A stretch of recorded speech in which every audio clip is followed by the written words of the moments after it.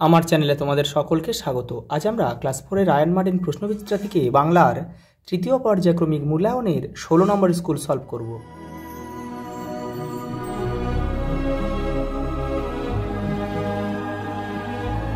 দেখো, প্রথম প্রশ্ন কি বলেছে, জ্যোতির মামার সাদা ঘোড়াটির নাম কি? সুন্দরী। যতীনের প্রতি মাসে কটি জুতো লাগে? এক জোড়া। পরেরটা দেখো, আদর্শ ছেলে কবিতাটি কে লিখেছেন? কুসুম কুমারী দাস। নইলে কবিতায় 12 ঘন্টা দাঁড়াতে হলে কি করতে হবে? পা ও মন স্থির রাখতে হবে। অখিল বন্ধু নিয়োগী শিশুদের কাছে কি নামে পরিচিত? স্বপন বুড়ো। মায়াদ্বীপ গল্পে উল্লেখিত বানভাসী দ্বীপটির নাম হচ্ছে মায়াদ্বীপ। পরের প্রশ্ন দেখো, ঘুমভাঙানি কবিতায় কোন ঋতুর কথা রয়েছে? বসন্ত ঋতু। আবোল তাবোল বইটি কার লেখা? সুকুমার রায়।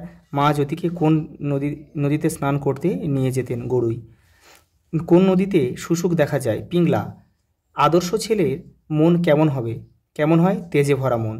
বাঘা যতীনের পৌত্রের নাম কি? পিতৃন্দ্রনাথ মুখোপাধ্যায়। দেখো, পরের প্রশ্ন কি বলেছে দেখো, জ্যোতি কিভাবে বিপদকে তুচ্ছ করতে শেখে? নিজের ভাষায় লেখো। 123 নম্বর পেজে কিন্তু রয়েছে তোমাদের উত্তরটা। ওই যেভাবে সাঁতার শিখেছিল যেভাবে, ওটাই কিন্তু উত্তর। দেখো, সবারই রয়েছে কাজ এই বিশ্ব মাঝার কোন কবিতার অংশ? আদর্শ ছেলে। তুমি বড় হয়ে কোন কাজ করতে চাও?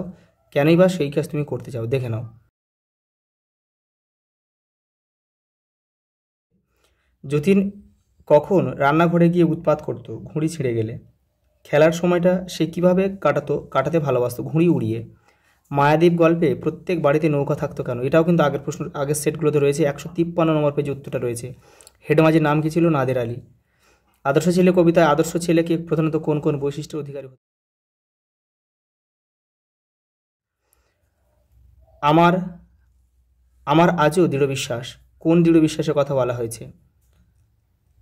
দেখো, কোন দৃঢ় বিশ্বাসের কথা বলা হয়েছে? দেখো, কথক জলকন্যাকেই দেখেছেন, এটা কিন্তু শিওর একদম, যেহেতু সে মানে নিজে চোখে কিন্তু দেখেছিল।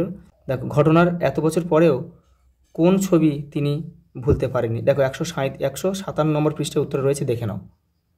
এই যে দেখো, এখানে দেখো, মেয়েটির মুখ আমি স্পষ্ট দেখেছি। সে একবার আমার দিকে তাকিয়েছিল, হীরের টুকরোর মতন জল করছে তার চোখ, ওরকম চোখ মানুষের হয় না। দেখো, পরেরটা দেখো, রবি ঠাকুর কাকে দেখে কাবুলিওয়ালা গল্পটি লেখার অনুপ্রেরণা পেয়েছিলেন? ফেরাজ খাঁকে দেখে। জ্যোতির মামার বাড়ির সঙ্গে রবি ঠাকুরের সম্পর্ক কী ছিল? দেখে নাও। এই দেখো, রবি ঠাকুরের সঙ্গে কয়ার চাটুর্যে বাড়ির 3-4 পুরুষের সম্পর্ক। বড় মামা বসন্ত কুমারের মক্কেলও বন্ধু ছিলেন রবি ঠাকুর। দেখো, তারপরে কি আছে দেখো, অর্থ লেখো, বিপরীত শব্দ, বাক্য রচনা, সন্ধি, বিচ্ছেদ করো। দেখো, একসঙ্গে আমি দেখিয়ে দিচ্ছি, দেখে নাও। এ দেখো, অর্থ লেখো রয়েছে, পণ। দেখো, পণ প্রতিজ্ঞা, শপথ, বাজি। তালি মানে কি? দেখো, শিক্ষা বা প্রশিক্ষণ। পেঁয়াজ মানে কৌশল বা ফন্দি। দেখো, স্ফূর্তি মানে কি? আনন্দ বা উল্লাস। দেখো, বিপরীত শব্দ রয়েছে। দেখো, সুস্থির, অস্থির, স্বাধীনতা, পরাধীনতা, ভালো মন্দ, সুখ দুঃখ। দেখো, বাক্য রচনা রয়েছে, দেখে নাও।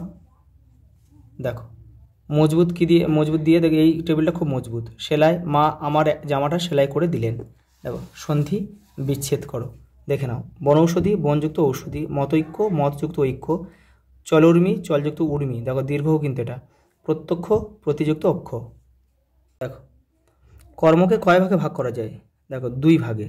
কি কি? সকর্ম আর অকর্ম। দেখো, উপযুক্ত স্থানে জ্যোতি চিহ্ন বসাও। বাঁচা গেল, এটা বিসর্গ দেবে এটা, আর বাঁচা গেল এটা বিস্ময়বোধক চিহ্ন। দেখো, প্রতি শব্দ লেখো। হাতি, হস্তি, গজ। এখানে লিখে দিচ্ছি আমি, হস্তি আর গজ মানে হাতি। দেখো, বাগানে কি লিখবে? উদ্যান লিখবে। আর আরেকটা লিখেও কি? উপবন মানেও কিন্তু বাগান।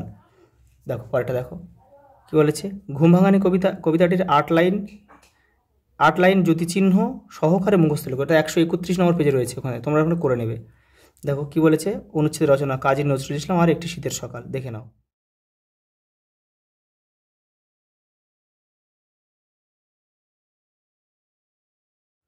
আজ এই পর্যন্ত, দেখা হবে পরের ভিডিওতে।